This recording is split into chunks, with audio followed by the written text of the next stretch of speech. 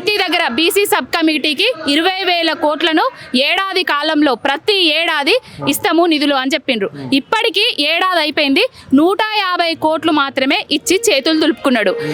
గీతన్నలను, నేతన్నలను, చేతి వృత్తులను అన్నిటినీ అనగారుస్తున్నాడు ఈ రేవంత్ రెడ్డి అనేటాయనే. అందరికీ మంగళోళ్లకు మంగళ షాపులు ఫ్రీగా పెట్టిస్తా అని చెప్పిండు, కుమ్మరోళ్లకు కమ్మరోళ్లకు అందరికీ షాపులు పెట్టిస్తా అని చెప్పిండు.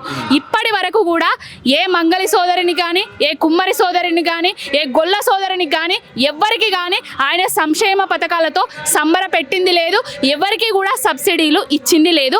గొల్ల కుర్మలకైతే కేసీఆర్ గారు ప్రతి ఏటా గొర్రెల పంపిణీ పథకాన్ని గొర్రెలను ఇచ్చేటోళ్ళు.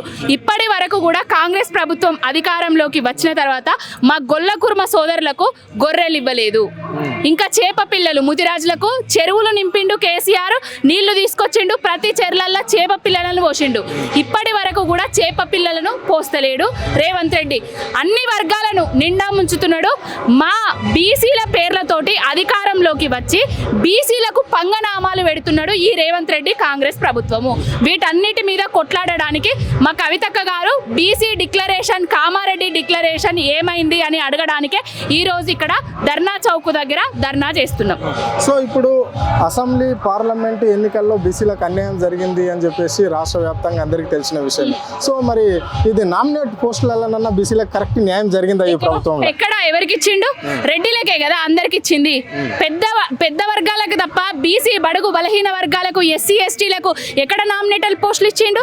ఓ ఏమన్నా అంటే మేము పీసీసీ చీపు గౌడన్నకి ఇచ్చినామని అంట. మాకు పీసీసీ చీపు కాదు కావాల్సింది, మాకు కావాల్సింది ముఖ్యమంత్రి పదవి. బీసీలకు నువ్వు కూర్చున్నావు కదా గద్దెనెక్కి కూర్చొని, మా ఓట్లతోటి మా సీట్లతోటి మాకు మాయ మాటలు చెప్పి నువ్వు గద్దెనెక్కి కూర్చున్నావు. ఆ సీటు మాకు కావాలి. నీకు చిత్తశుద్ధి బీసీల మీద ఉంటే ఏదో పీసీసీ ఇచ్చి నువ్వు ఊ కొడతా బస్సు అన్నా, ఊ అను బస్సు అన్నా కాదు. మాకు మేము రాజ్యాధికారాన్ని అనుభవించాలి, మేము అధికారంలోకి రావాలి, మేము గద్దెనెక్కాలి, మేము పరిపాలించాలి.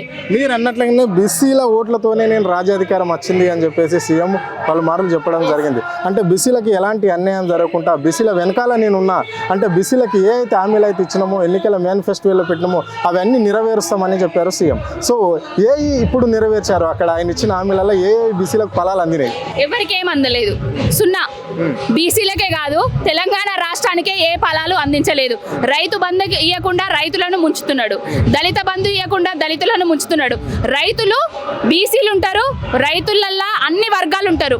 రైతులకు రైతు బంధు పథకం ఇవ్వకపోతే ఎంత ఇబ్బంది పడతారు. వాటి మీద సబ్ కమిటీలట, ప్లాన్లట, శాటిలైట్ అట.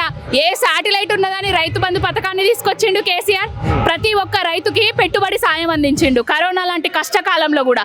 ఈయనకు చేతగాక, చావురాక, చావలేక ఇలాంటి పనులు చేస్తున్నాడు. ఇప్పటి వరకు కూడా ఏ వర్గానికి ఆయన ఇచ్చిన హామీలను నెరవేర్చలేదు. అవి గుర్తుకు చేస్తున్నాము, గుర్తుకు చేయడానికే ఇట్లా ధర్నా చేస్తున్నాము. గుర్తుకు చేసిన తర్వాత మా మీద కేసులు పెడతాడు, ఎట్లకున్నా మమ్మల్ని జైలు పాలు చేస్తాడు. పోలీసులు ఎట్లా మోహరించిండ్రో మీరు అందరు చూస్తూనే ఉన్నారు, చూసిండ్రు కదా. రిందిరమ్మ రాజ్యం అన్నాడు, ప్రజాపాలన అన్నాడు, పోలీసుల రాజ్యాన్ని తీసుకొని వచ్చిండు రేవంత్ రెడ్డి. ఏం లేదు. సో ఇప్పుడు మరి ప్రశ్నించిన వాళ్ళని అందరిని ఇట్లనే అరెస్ట్ చేసుకుంటూ పోతే మరి అన్ని జైలు ఎక్కడ కట్టించుండే సీఎం? ఇప్పుడు పక్క రాష్ట్రం దోస్తున్నాడు కదా గురువు గారు, ఆయనని కూడా అరువు తెచ్చుకోవాలన్నమాట. అందరిని అరువు తెచ్చుకొని ఆయనకు ఇంకా 4 ఏండ్లు ఉన్నది. ఆ 4 ఏండ్లు ఇక్కడ ఉన్న జైళ్ళు సరిపోవు.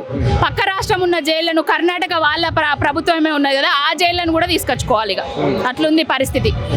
సో మరి ఇప్పుడు స్థానిక సమస్య ఎన్నికలు ఇప్పుడు జరిగే అవకాశం ఉందా లేదా? ఇట్లా ఈ రాష్ట్రం సిచ్యువేషన్ చూస్తే ఎట్లా అనిపిస్తుంది? అసలు స్థానిక సంస్థల ఎన్నికలకు పోయే దమ్ము ధైర్యం రేవంత్ రెడ్డికి ఉందా? ఏమో ప్రజలు ఇప్పుడు ఎక్కడ కనబడితే అక్కడ వాళ్ళు ఉరికిచ్చి దంచుదామని చూస్తున్నారు. వీళ్ళు ఎలక్షన్లకు పోయి అభ్యర్థిని పెట్టి గెలిచే సత్తా ఉన్నదా వాళ్ళకు? పోతాడు ఆయనే. అంటే 6 గ్యారంటీలు రాష్ట్రంలో మేము ప్రవేశపెట్టాము, ఒక్కొక్కటిగా అన్ని అమలు చేస్తున్నాం, మాకెందుకు లేదు, మమ్మలను బీఆర్ఎస్ నేతలే అడ్డుకుంటున్నారు తప్ప ప్రజలు కాదు. అంటే మా పథకాలు అన్ని ఇంప్లిమెంట్ చేస్తున్నాం ఒక్కొక్కటి, వీళ్ళకందరికీ బీఆర్ఎస్ నేతలకు కడుపు మంట అని చెప్పేసి సీఎం అంటున్నారు. దీన్ని ఎట్లా చూడొచ్చు? ఏ పథకాన్ని అమలు చేసిండండి?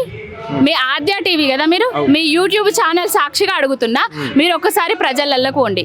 ఒక ఫ్రీ బస్సు తప్ప ఇప్పటి వరకు ఏ పథకాన్ని కూడా అమలు చేయలేదు. చేయూత అన్నాడు, యువ వికాసం అన్నాడు, మహాలక్ష్మి అన్నాడు, ఇందిరమ్మ ఇండ్లు అన్నాడు, రైతు భరోసా అన్నాడు. ఇవన్నీ ఎవ్విచ్చిండు, అన్నిటికీ పంగనామాలు పెట్టిండు. ఎలక్షన్లకు కాదు, ప్రజలల్లో పోయే దమ్ము ధైర్యం లేకనే ప్రజలనే ఆయన దగ్గరికి తెచ్చుకొని ఏదో జైత్రయాత్రలో ఏదో యాత్రలు చేసిండు కదా, అవి కూడా అట్టర్ ఫ్లాప్ అయిపోయినాయి. మనందరూ చూస్తూనే ఉన్నాము.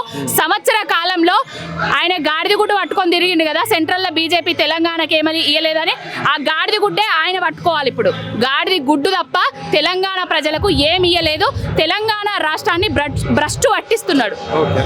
ఇది పరిస్థితి. యావత్ తెలంగాణ ప్రజలను సీఎం రేవంత్ రెడ్డి మోసం చేశాడు. సబ్బండ వర్గాలను మోసం చేసిన ఘనత సీఎంకే దక్కుతున్నది. ఏ ఒక్క పథకం కూడా ఇక్కడ ఇంప్లిమెంట్ చేయలేడు. ఆయన ఇస్తున్న 6 గ్యారంటీలలో ఈ యొక్క మహిళా మహాలక్ష్మి పథకం తప్ప, ఒక బస్సు ఫ్రీ తప్ప ఏ ఒక్క పథకం కూడా ఇంప్లిమెంట్ కాలేదు అని చెప్పేసి ఆమె చెప్పడం అనేది జరిగింది. ఇలాంటి సీఎంని ఎన్నుకున్నందుకు ఎంత రాష్ట్ర ప్రజలు ఎంత అవస్థలు పడుతున్నారు, ఎంత సిగ్గుసేటు.